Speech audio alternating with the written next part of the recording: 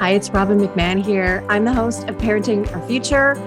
And if you're listening to this podcast, I want to thank you so much for being here. I also want you to know that I am a former angry mom. I used to yell and rage and threaten and punish my kids because I wasn't getting the cooperation or the behavior that I felt I should be getting. And I struggled for many years not knowing how to change or knowing what to do differently. It wasn't until I found the world of peaceful parenting that I learned why my kids acted the way they did, and also why I was so angry and triggered. I was able to heal my anger and leave my triggers behind so that I could focus on being the calm and confident parent I always expected myself to be. I can tell you that feeling connected to your kids is the best feeling in the world. My two boys are teenagers now, and we have a strong relationship that is rooted in deep connection. And where there is connection, there's cooperation. Parenting is the most important job we do, but it's the hardest job we do. And we do it without understanding the fundamentals of the way our kids grow and develop. And we do it without knowing the way their brains work or what their behavior is actually really telling us. So it's no wonder it's so hard. And it's okay to ask for help. It's okay to say, this is harder than I thought it would be. And that's where I come in. I can help you and I can support you so that you can have the cooperation and enjoy being a parent. You can book a free call with me on my website, parentingforconnection.com. And if you want to download my free guide, How to Turn a No into Cooperation, go to triggerfreeparents.com. I really hope you enjoy the show. Thanks for listening. Hey, everybody. Welcome back to another episode of Parenting Our Future. What's one of the biggest things that we want to focus on in parenting? Well, our relationship with our partner, right? Our marriage, our partnership with whoever it is that we are co-parenting with. It is so important that we put time and effort into maintaining that relationship. And thankfully, I have an expert here to talk all about how to maintain love in your relationship. And actually, did you know that there is a process to falling in love and staying in love, and it's called the love path? And my guest, Kimberly Beam Holmes, is an expert in this and has been teaching this proprietary process for over 10 years. She has an applied master's degree in psychology for over 10 years and has been acting as the CEO of Marriage Helper and the CEO of her own podcast. It starts with attraction. Love it. And she's also a wife and mom herself. And she's been researching the ways that attraction affects people personally and in the relationships that they hold dear. I love this topic. I'm so excited to talk to you. Welcome, Kimberly. Thank you so much, Robbin. I'm so excited to be here with you. Oh, that's so great. Okay. Let's talk about falling in love. You said that. Yeah, let's talk about that. Let's talk about it. Yeah. Great. So yeah, it's so crazy because when you talk to people when they're dating, maybe after they soon get married, they say, it just felt right. It felt like butterflies in my stomach. I just knew it was the right person, right? All those things that you hear. But what we don't realize consciously is that there's actually a process that we're going through when we fall in love with someone. So I'll quickly go through the 4 parts of it because it's a 4-part process. And we call it the love path, as you said. So the first part of falling in love, the first stage, if you would say, is attraction. Okay. And in attraction, it's not just how does this person look? And unfortunately, we're in a society that a lot of the emphasis of attraction, if not 95% or more, is placed on looks, when that really is not even the most important part of attraction. So physical is part of it, but it actually is not a big part of attraction when it comes to someone looking for a long-term relationship. Really only matters more to people who are looking for short-term relationships like flings and one-night stands. Okay. But here are the 4. So P, the physical, is one of them, but there's also intellectual attraction. So this part of attraction is this a person that I enjoy having a conversation with? If I were to come home after a long day at work, would I want to just sit down and have a glass of wine or drink a beer with this person and talk about my day? Am I interested in them? Are they interesting to talk to? That's the intellectual attraction. Emotional attraction is the next part. And this one is all about evoking emotions within someone that they enjoy enjoy feeling. Now, I have a friend several years ago, she was dating this guy and they'd been dating probably about 6 months. Summer came around, they started going to the pool together, the beach, and all of a sudden he started saying things to her off the cuff, like, you'd look a whole lot better in that swimsuit if you lost 15 pounds. I know every woman, hopefully men too, but every woman who hears that's like, I'm gonna drop an elbow. Like, bring him over. I'm just gonna like get out of town. Yes, like we're gonna pull a Will Smith. Can I say that? Is it too soon? But yes, you can. I think that's now in our in our vocabulary. Yes, I know. But basically, what he was doing is and that was one thing. But he started doing these things where she started feeling, I don't like the way I feel when I'm around him because of the way he treats me, these things that he says to me, all of that. That's a huge part of attraction. We want to be around people who evoke emotions within us we enjoy feeling. We don't want to be around people who make us feel emotions we don't enjoy feeling. Yeah. And then the final part of this is spiritual attraction. So this could have a religious or like a formalized religion basis, because that can inform your beliefs and values. But it really just has to do more with, what are your beliefs and values? What are the things you're passionate about? What are the things that make you angry, the things that make you excited? Because we typically are attracted to those who have similar beliefs and values as we do, or someone who we perceive has better beliefs and values than we do, and we want to become more like them. So when you put all of these together, we call it the pies of attraction: physical, intellectual, emotional, and spiritual, because all of them together format this. It really makes up what true attraction is. It's more than how you look. It's all of these things. And for a long-term relationship, the most important one is the emotional attraction. Because at the end of the day, if we don't like being around the person because of how we feel around them, that is what will end a relationship. Yeah. That's stage one. That's stage one. That's stage one. Okay. What else comes next then? Do I have enough paper in front of me to write it all down? Right? Just keep going. Going. So the next stage that we go into is acceptance. Now, acceptance is, here's the best way that I can explain it. We were working with a gentleman several years ago at Marriage Helper. He called into the office and he said, I am really stuck because I cannot seem to have a woman go on a next date with me. Like, we have a first date, but they never seem to want to go on a second. And so the people on our team who answered the phone, they said, well, what is it that leads them to, like, what happens on the first date to where they don't want to go on the second? And he said, well, it's on the first date that I tell them I'm a cross-dresser. Yes. All of you, like all the listeners, including you, like all of you are like, oh my goodness, what is going to happen here? Like, I can see why they wouldn't want to go on a second date with them. And so our team said, all right, let's talk about why. Now, many people on our team, it was specifically the person on the team who answered this call has training, and he has his PhD in sexology, actually. So he knows that a person who is a cross-dresser, like, there could be nothing else going on, but there's typically something that's happened. And so he said, tell us why you're a cross-dresser. And the guy said, because when I was 6 years old, my dad would beat me so much. One time he even broke my arm. I ended up in the emergency room, but he never touched my sister. And so when I dress like a woman, I feel safe. Oh my goodness. How many of us, when we hear the explanation and we hear the story behind it, our perception of that person changes like that?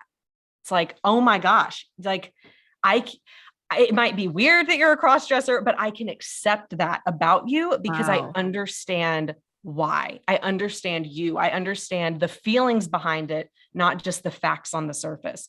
And so that is what acceptance is. Can I accept a person for who they are, for the things they've been through the beliefs and values that they have, even if I don't necessarily agree, because I can empathize with them without wanting them to change who they are. And I mean, that to me is music to my ears, because that relates exactly to the way I teach parenting is, I mean, Absolutely. and that is a very dramatic example, but there's Yes. always a reason why. There is the outward Always a reason why. expression, if you will, the behavior, but how Yeah. come? How come? And like that just, I can hear everybody go, oh, Right. Like your heart breaks. it's heartbreaking. And I wonder, and you can answer this, not me, if he was in a very safe relationship, if maybe that the need would dissolve because he felt safe. I wonder. Sure. I wonder. Yeah, absolutely. Absolutely. Yeah. And so, for situations like that, and even what we teach at Marriage Helper is you don't reveal all of those things on date one. This man would just, I guess he was embarrassed by it. There was some shame, and he just felt like he owed it to the person to tell them up front. But you shouldn't share the most private, intimate things that early in a relationship. You wait until there's some trust, until you even want to extend the relationship before sharing it. But it even happens after we get married, right? Like we think at the altar we know everything about our spouse. We don't. We definitely don't. Even if there's things from their past they haven't shared with us, but definitely things that come forward in the future that are going to happen. In order to have that safety in the relationship, we need to already be exhibiting that we will accept them, even if we don't like what they're doing. We can accept the pain or the experience they're having that's leading them to have that behavior. Yeah. Acceptance doesn't mean you agree. It means Absolutely. that you are at peace with it, right? You're not fighting against it, right? And when you fight against it, that is anxiety, it's frustration, it's fear, right? There's a lot that goes into that, right? Absolutely. Huh. So, okay, I don't want to stop you with your process here, but I want to ask you something. You keep going, and then okay, here's what I want to do. I want to relate it to the pandemic though, because you just said even when you're married to somebody, you don't necessarily know everything. And I'm going to tell you, I learned some things about my husband over the last 2+ years that I didn't know at all. And now that he's home 24/7, I know. So I'm going to park my little comment over here, and I'm going to let you keep going. But I love acceptance. I love that. I love it. I love it. I love it. Love it. Yeah. Yeah. And let's come back to that, especially after we go through all of it, because it's an important point. I think all of us are feeling to some extent of that. Yeah. So after we feel accepted in a relationship is really when it moves us to want to continue to dive deeper. We want to be with people we feel like accept us. Even when we look at the research from Dr. John Gottman, University of Washington, great research on why divorce happens. Love him. He's so great. So great. People don't feel liked, loved, or respected. I would say acceptance goes into that as well, into the respect part of it. We all want to feel like we belong, like we matter. And so that leads us into that third stage, which your listeners and you, Robbin, will appreciate is a parenting podcast, which is attachment. Attachment moves us to want to commit. It really paves that safe foundation in the relationship, because attachment at its core asks the question, will you be there for me when I need you? That's it. Will you be there for me? Will you be there for me to hold me, to comfort me, to let me vent to just be that support system that I need? Will you be there for me? And I learned this I've learned it in my marriage, but I saw it best played out in my life and see how it really works when I adopted our 2 kids from India. When my husband and I brought them home, our son was avoidant attachment. So he was very, he would literally push me away. He would have night terrors. And when I would pick him up to hold him, he would just literally push me away. Oh, that's so hard. I know it's so heartbreaking. But he had spent 2 years not really being held. So why would he trust someone, especially someone who looks different than him, that person is going to be that person's going to stay, that person cares? He wouldn't look me in the eyes. And I remembered the way I built the trust, the way I showed him, I will be there for you no matter what. I will meet your needs, because that's how we do it first, right? We meet their actual needs that they have. So I would just take Cheerios and I would hold them in front of my eyes until he would look at me, even just briefly, so that he could start seeing, I'm feeding you. I'm giving you sustenance. I'm giving you what you need. And then over time, he would start to mimic my facial expressions. Oh. And then over time, he would start to smile and hug until he became more in the securely attached. And you see it, like you see it with your kid, you see it with all of those relationships you have. And that has been so transformative to me. How can I be there for people, those that I love, when they need me, and make sure that they know that I love them that much? Oh. And how often, do you say, or does your spouse say to you, what do you need right now? What can I do for you right now? Not enough. Not a lot. Like, I mean, I'll be honest, I have a great marriage, but like, he's never come up and said that to me. Right. Right. Yeah. My husband, I think he's done it like twice. Yeah. And I took a picture of one of the times because he was wearing a shirt that said, "I'm here to serve you." It was like a serve church from a church event, or a serve church, or serve shirt. Goodness, I can't even say it. And I'm like, oh, here's how you can serve me. If you wore that shirt, you're going to be up for it.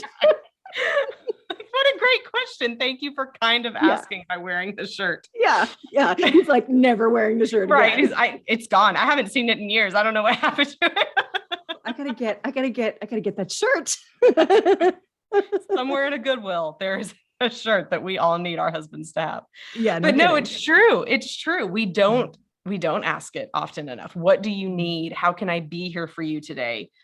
It's an important question. Well, and don't you find, and this may be going off course a little bit, but here's what I see a lot in the adults, the males that are out there right now. The way that we've typically parented boys is giving them a really limited language, emotional language, right? So mad, sad, glad. We often don't give them empathy. It's suck it up, get over it, be a man, you know what, you can't, big boys don't cry, stuff like that.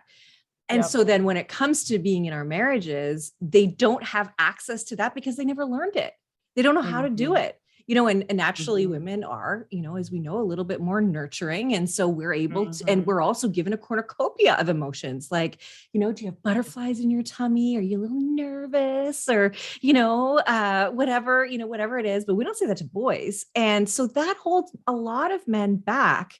And, there are times where I sort of defend men and say, it can always be learned.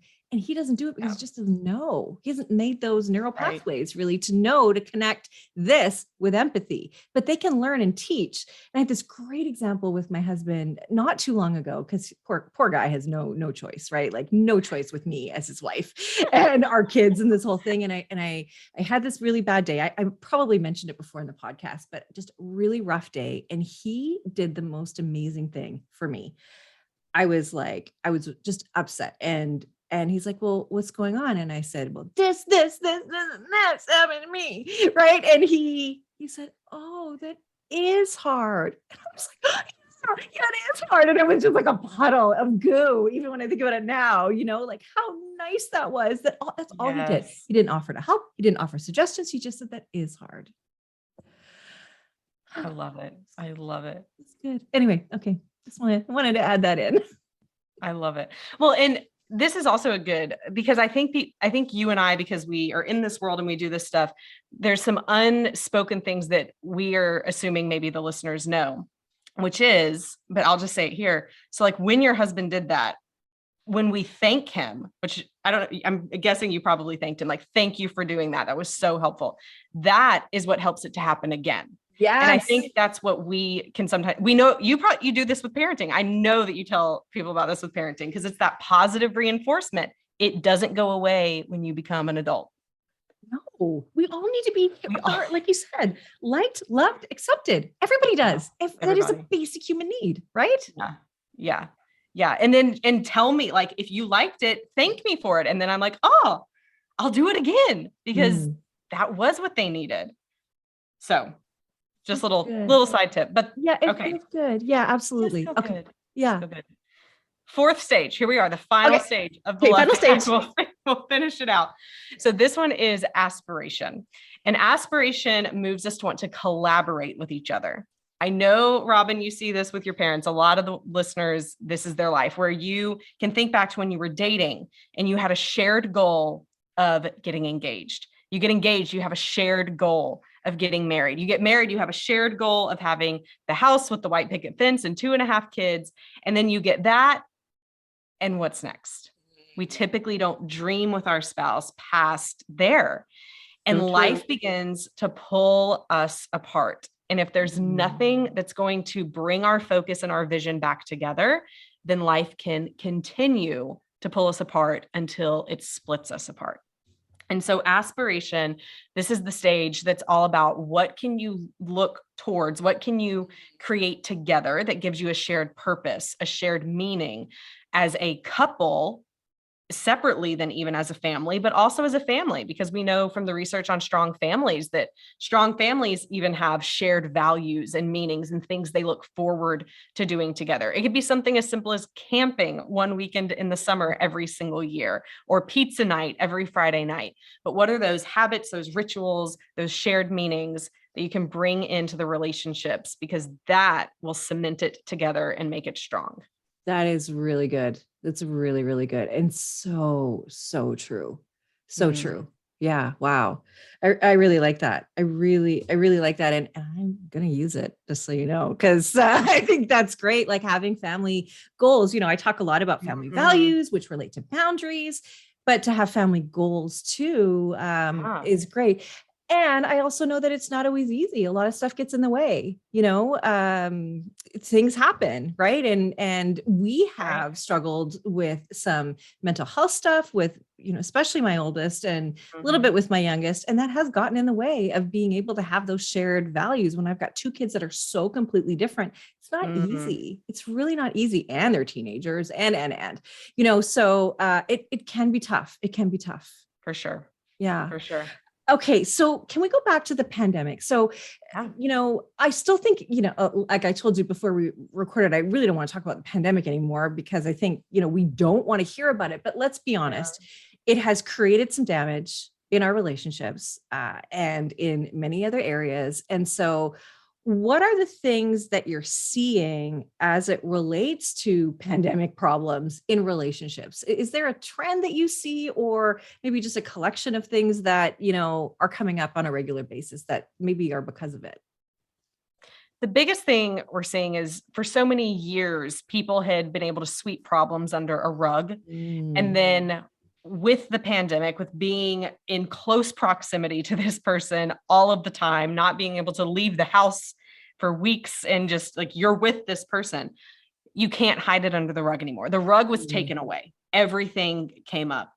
And because there was stress, world stress that we were all experiencing, and to some extent still experiencing, it was a change of all behavior because every routine that we had in our lives was changed. All of it. Yeah. And so all of that, like that would just be stressful in and of itself. But then when you're with someone and both of you are stressed and you haven't been able to handle conflict well anyway, you've already been hiding under these things on the rug. It's just been the whirlwind needed for some relationships to move towards getting better. But unfortunately, for some relationships, it's the whirlwind that they're like, maybe we aren't meant to be. Maybe this is too much to handle. And so it's mostly built up tension. It can look different ways. It can look like one person saying, you know what, this is all I needed to really think I should pursue a divorce. For some people, they maybe weren't looking for it, but it led into an affair, either physical or emotional, because they wanted to be with someone who made them feel differently than what they felt at home. Yeah. Those are the most common things that we're seeing. But there was something right like 6-8 months after the pandemic happened, there was this trending thing called COVID. What was it called? Like a COVID divorce or a pandemic divorce. Have you heard of this? No. So the idea was people were so stressed out that they thought, we'll just divorce. I get a week to myself every other week. And every other week I get to be a parent and I'll get the best of both lives, the best of both worlds. But what no one was considering was how that's going to affect the kids. So like, no kidding. Yeah, exactly. So the parents were like, oh, yeah, this is perfect. Like, I don't really like being around you anyway. But instead of them working out their relationship to be strong, Mhm. now they're just dragging the kids back and forth, or they're keeping the kids in the same house and just like switching houses back and forth. But it's still even more instability for these children who, Yeah. like, heaven knows how much they have had to process what's going on in the past 3 years. So those are some trends that I've been seeing.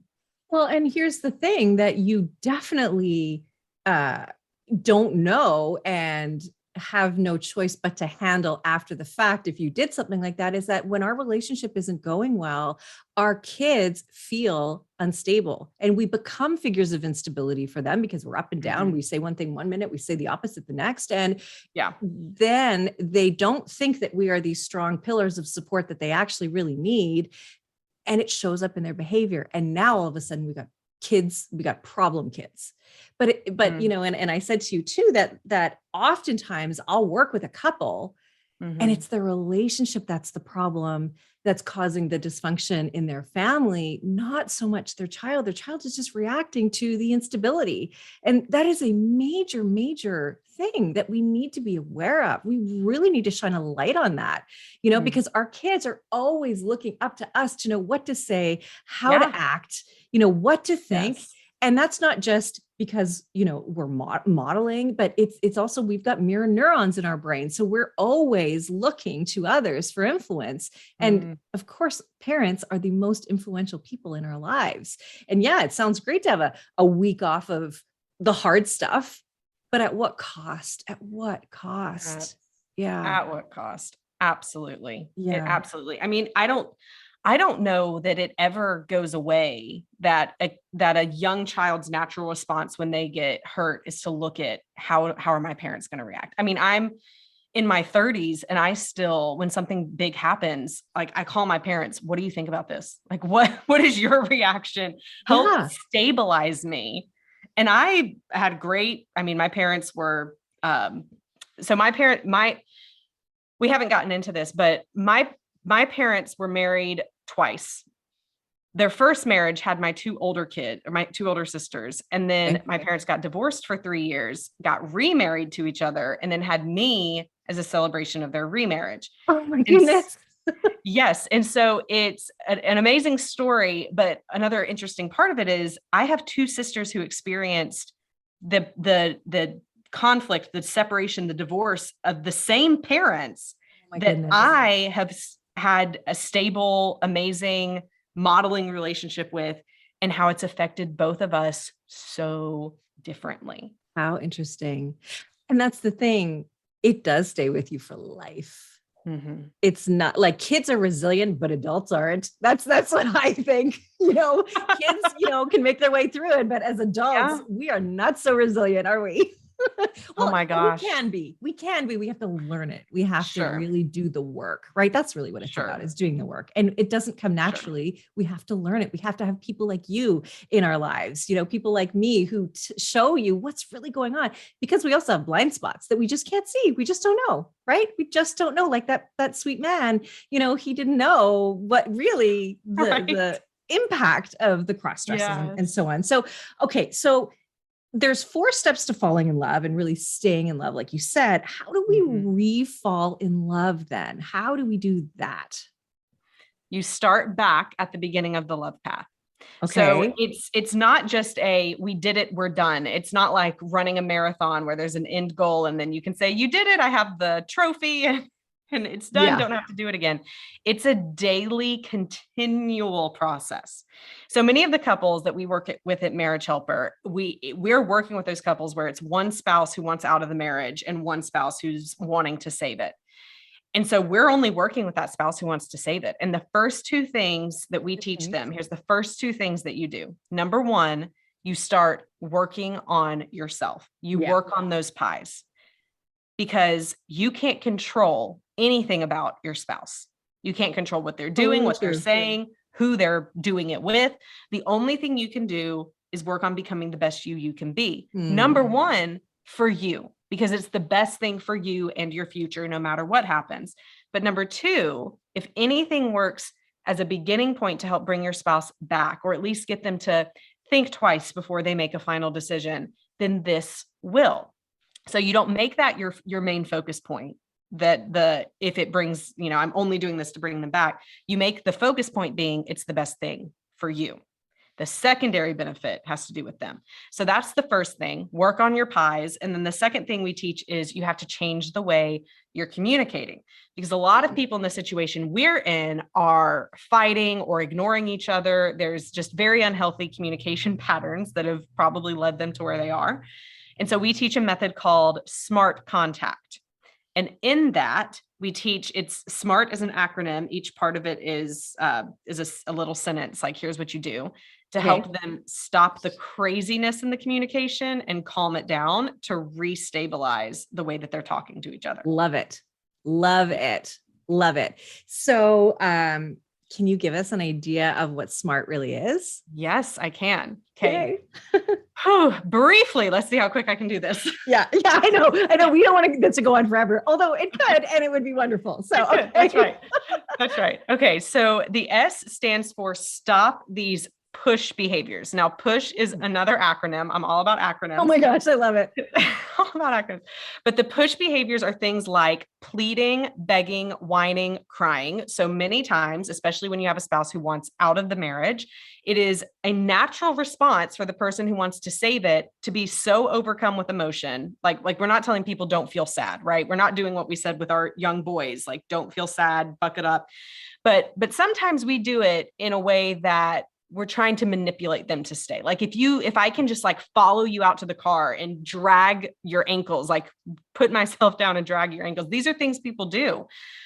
These are things that I did when my marriage was in crisis. Like we don't become the best versions of ourselves.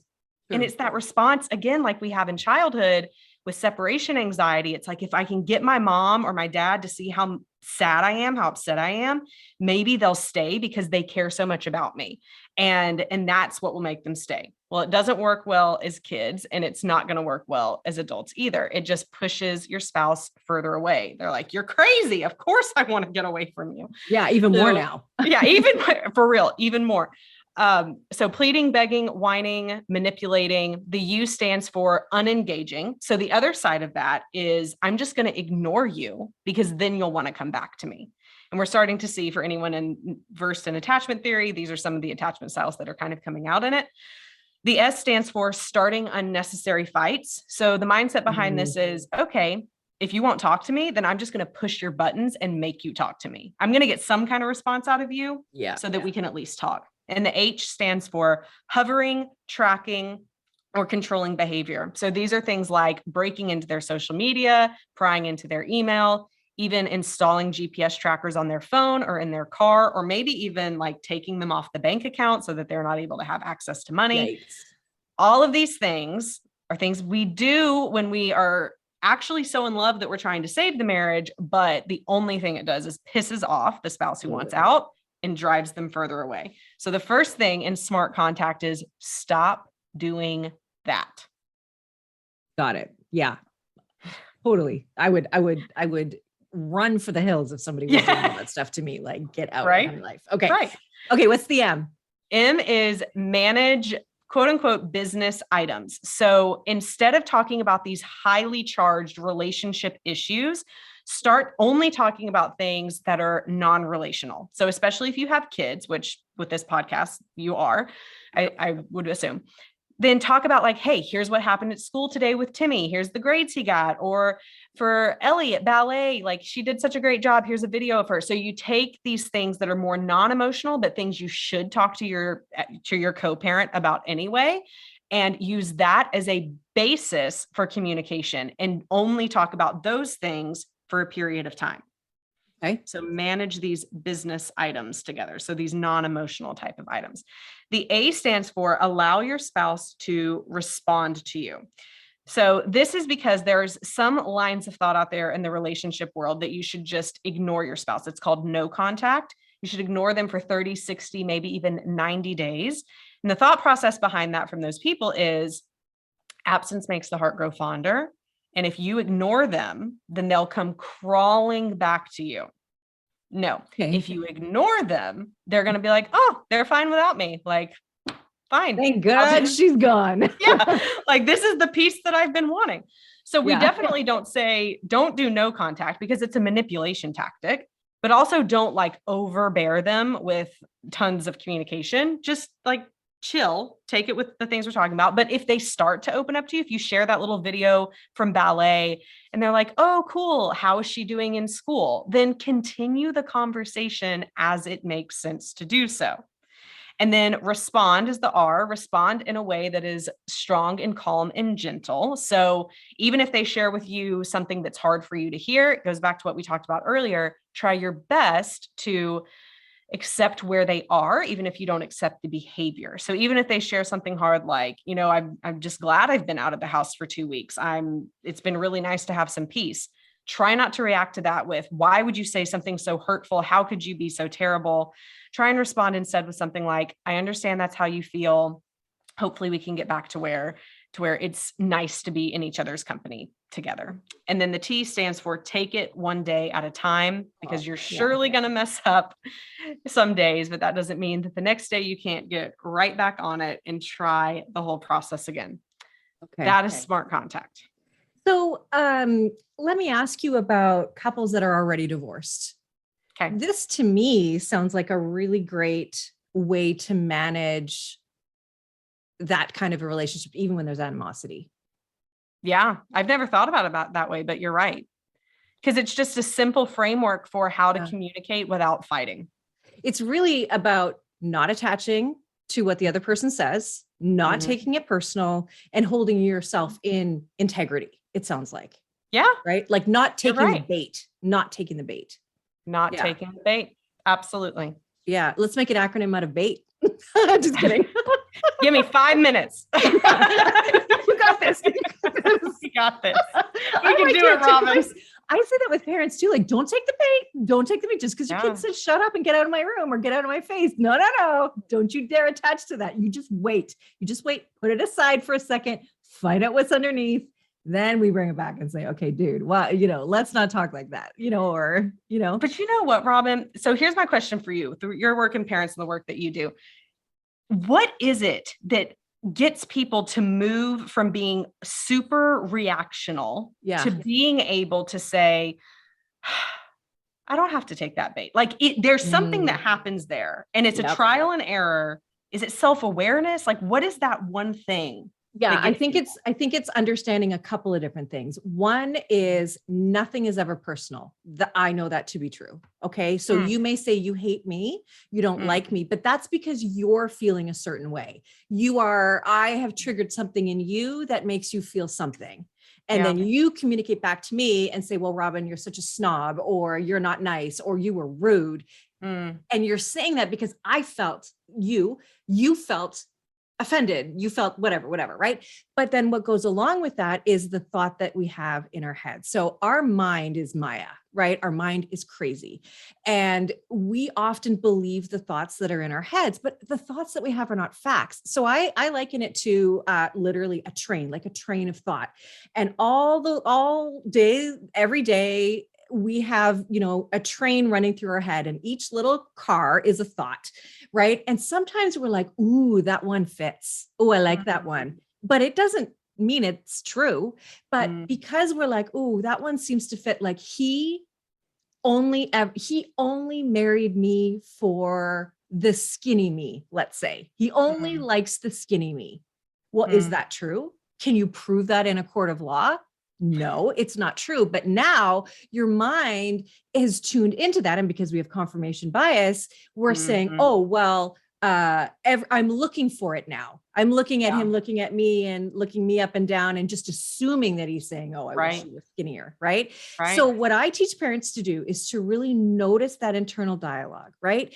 Then I ask them, I say, okay, so this is the cognitive behavioral therapy triangle. And so this is a really long answer to your question. So I'm sorry, but I'm just going to go through it really quickly. I love it. We're going to geek out. Yeah, I know, right? I love it so much. So the triangle at the top is your thoughts, or it could be your feelings, right? Either one. But the top of the triangle, let's say, are your thoughts, right? He only loves me when I weigh a certain amount. He only likes me skinny. He only thinks I'm beautiful when I'm skinny, which makes me feel less than. It makes me feel disregarded. It makes me feel unappreciated for all the things that I do, and makes me feel resentment because you didn't have to have all these babies. I did. And you don't know what my body's been through, blah, blah, blah, blah. Well, which is actually even more thoughts. So we go to that. And then the last corner of the triangle is our reaction to it. So that's when we go on attack. Like, how dare you not appreciate me for all that I've done for you? And it's not my fault that I had to gain all this, blah, blah, blah, blah, blah. And then when I ask people is, okay, so that is a thought that doesn't serve you. You don't even know that it's true, because our brain actually doesn't know the difference between fantasy and reality. And therefore, whatever you tell it, it believes. And we can say 150 words a minute, but we can think 10 times as fast. So now, because you've repeated it over and over and over again, it becomes a neural pathway in your brain. And every time you get that sideways look, boom, it goes to that neural pathway that says, he doesn't love me. I'm not enough. I'm not worthy. I'm not good enough, which is really what you boil that down to, right? Right. And so what I ask people, and so this is related to parenting, obviously, like my kid's a brat, or, I'm not good enough at this, at being a mom, or I can't handle this, and I should have never had kids, whatever it is that they're saying to themselves, which I know sounds nasty and horrible, but we all have those horrible thoughts. My prevailing one before I did this work was, you ruin everything. That was my thought. And then when I did the work, what does that thought cost you? Oh, well, it's costing me everything. It's costing me my self-esteem. It's costing me my ability to look at the situation with neutrality. It's costing me curiosity. Like, why did he look at me like that? Maybe he actually liked my outfit. And so what we do is we reprogram the brain, and we're really reprogramming our subconscious mind. And that neural pathway that we had that says he doesn't love me unless I'm skinny, our brains are use dependent. So what we want to do is we want to bring in a new thought. And that new thought is like so think of highways, right? The old thought, he doesn't love me unless I'm skinny, is like a super highway of thought, right? Anytime you're even close to it, you're on that highway. This new one is like a little dirt road that's in your brain, right? But our brains, use it or lose it. So we want to start to think this one over and over and over and over and over again. The new one, the one that's empowering, the one that makes you feel like, I've got this. Like, I changed you ruin everything to, we can work it out. We can work it out. And it even now makes me sit up a little straighter, right? And that is what you have to do over and over and over again. Anytime this one starts to creep in, you go, no, I am thinking this instead. And that's how you reprogram your subconscious mind. So that becomes your default setting, but it's work and it's uncomfortable and people don't want to be uncomfortable, but guess what? You're already uncomfortable. So you may as well do this because it's going to get you to a new place. Such a good point. That's it. That's it. Answer. I love it. But you're right. You're already uncomfortable. You're already unhappy, disgruntled, wish things were different. And so, but that's what it's, people don't want to hear. And I get it, because I've been there too. Like, we don't want to hear it has to start with you. I know. That's the worst. I know. You want to change your relationship? You change you. You want to change your kids? You change you. Oh, that's so good. Damn. Yeah. Oh man. But you know what? It is so empowering when you look back and you go, I did that. Like, I did this. I created my reality. I don't need to suffer anymore. And how cool is it to have the tools to know what to do? Because life is going to throw you stuff. It's going to throw you curveballs. It's not going to be easy. And I could tell you all, like, we had a bunch of different things happen over the course of the last 2 years. And there wasn't one size that fits all, for solutions and stuff like that. Some stuff, my husband has a slipped disc in his back right now. He could barely walk. He was, there's no manual to tell me how to handle that, other than empathy, compassion, patience. But then I was overrun, I was overwhelmed with stuff. Right. Anyway. So I think that, whether you are together or apart, you really do have to force yourself to take the high road, right? Can I ask you one last question though, because this really does seem to come up a lot. What do you do if you are co-parenting with somebody who's a narcissist, like has a real personality disorder? Now that may be a judgment for some people, but there are some pretty toxic people out there. what do you do? Because you also want to care for your kids. Your kids are going to be in the middle. And so I've had clients where, dad is the narcissist. I'm thinking of one person in particular. Kids love dad because dad is Disneyland dad, literally and figuratively. And mom is the boundary keeper, the one that gets them to the dentist, the doctor, gets their shots, gets their teeth cleaned, all that kind of stuff, right? The boring, keeps them alive. Yeah, keeps them alive and thriving. Exactly. Right. How do you handle that in a way that protects kids, but also protects you too? Because you can get sucked down pretty easily. Yeah, man, that's a hard question, honestly, because even if we just take the narcissism part out of it, which I can get on a soapbox about, because I'm like, is there a diagnosis, or are they just really selfish people? Yeah, that's what I mean. It can be a judgment too, right? Yeah, exactly. Yeah, exactly. But so, okay. The first thing you said was, how do you, when you're co-parenting, I'm a big fan of talking to your kids about it. So not talking to your kids about the other parent in a negative way. Yes. But even just talking to your kids and saying, hey, I know you have a ton of fun when you're with your dad. And I love that you're able to have fun when you're with your dad.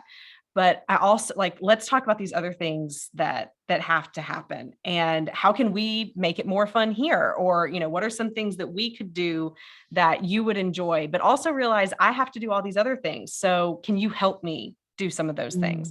You know more about parenting, so I don't know if that's the best answer, but I would lean into the kids, especially if you can't. The ideal is you would be able to have that conversation with your co-parent, and you'd be able to get on the same page. Yeah. But there are, unfortunately, some situations where that's not possible. And honestly, just taking this off track a bit, the worst thing that can happen for a kid, when I did my master's, I looked at the effects of divorce on kids. And the worst thing that could happen is that their parents get divorced and still fight. Oh, yeah. Yeah. That's what happens. Yeah. People are divorcing, but they're still fighting. They're not actually learning to co-parent well. And so if you can try to get your spouse on that your ex-spouse, your co-parent on that same page with you of just, let's do what's best for the kids. You and I don't have to be mushy gushy butterflies and rainbows, but we at least need to respect each other. And so what does that look like? What are our core needs between the two of us? How can I honor yours? How can you help me honor mine? And how can we do that because it's what's best for the kids, and try and take your relationship and what went wrong out of it? Because I think that's what happens. I think people are trying to punish their spouse, their ex-spouse, because of hurt that happened in the marriage. But the only ones paying for it are your kids. 100%. I really love that answer. And I think that, again, when we talk about one size fits all, there's just no such thing, right? Each situation is different, and two people have two different perspectives. And so you really have to handle that on an individual basis. But I think the answer always is, you talk to your kids about what's going on. You listen to your kids too. Yes. You open the door to say, what are you feeling? Give them the empathy, validate their feelings, never throw the other one under the bus. Even if they throw you under the bus, you've really got to be the better person, because it will eventually work itself out. It will eventually be there. So thank you so much for this. I think we're going to end it here, even though I could talk to you for so much longer. You are wonderful to talk to. You have so much wisdom, and I like an acronym just as much as you do. So thank you so much. And here's the greatest part. Kimberly, you are giving us a toolbox item that's really recapping what we talked about here. So thank you so much for that. That will be in the Parent Toolbox. Of course, if you're not a member, it's free. It's www.parent-toolbox.com. You've got to join. You've got to join, because you have access to so many different tools for all different areas in your parenting. And I want you to have the best time, and I want you to raise the best kids. So that's what that's all about. And so, Kimberly, you do have resources for parents. And so let's just talk about how you help parents, where they can find you, because I don't know about anybody else, but if my marriage is really struggling, I would definitely want to talk to you. I love your way. Thank you. I appreciate that. We really specialize in marriages where they're on the brink of divorce or separation, or an affair has happened, or there's a crisis going on, a situation where you're saying, I want to make my marriage work, but maybe my spouse doesn't. We are Mm. that hope for you. We are that lifeline for you. Aw. And we teach you how you can save your marriage. We have workshops that have over a 70% success rate at saving marriages. We Wow. have online courses for different unique situations like boundaries in marriage, why does my spouse hate me toolkit, the smart contact toolkit, different things like that. And then we also have one-to-one marriage coaching with our marriage helper certified coaches. And so that's what we stand for. We love marriage. We believe that marriages can be saved, and we are committed to walking alongside those who are wanting to do that with theirs. I love it. And, I think we need to really open up the conversation to investing in monetarily in things like this, because it's going to cost you anyway. I say that Oh, about yeah. parenting too. Like you don't think you should spend money on parenting. I don't know why not, because you didn't how long Yeah. did you train to do what you're doing? Years and years, right? Yep. Well, A I've lot of trained money. too, but parents don't, how long did you train for your job? How long did you do this? You know what? Mhm. It doesn't come naturally. The things That's that right. we know about, the way the brain works, the way behavior is, developmental stages, we don't know Mhm. about that. And so if you don't do it, you're going to pay in one way or another, oftentimes more than one way. And why not invite joy and connection and a real harmony in your family? Why not? So I just want to say I love everything that you're doing. I want to thank you so much for this beautiful fulsome conversation that we've had. And I can't wait for everyone to hear you talk and then look you up, because if you're struggling in your marriage, a 70% success rate is pretty darn good. So that's Right. wonderful. These are All right, good. Kimberly Holmes, thank you so much for being here, and we'll talk Thank again you for soon. having me, Robin. I loved it. Thanks. Thank you for listening to this edition of my podcast, Parenting Our Future. I'm parent coach Robbin McManne, and if you're enjoying this podcast, please share it with someone who you think might also need to hear this message. And don't forget to subscribe, and if you like my work, I would be grateful if you gave me a 5-star rating. For those of you who like my content and want more, visit me at yellingcurebook.com to get your copy of my book and to find other resources to help you. Until next time, I am wishing you and your family peace and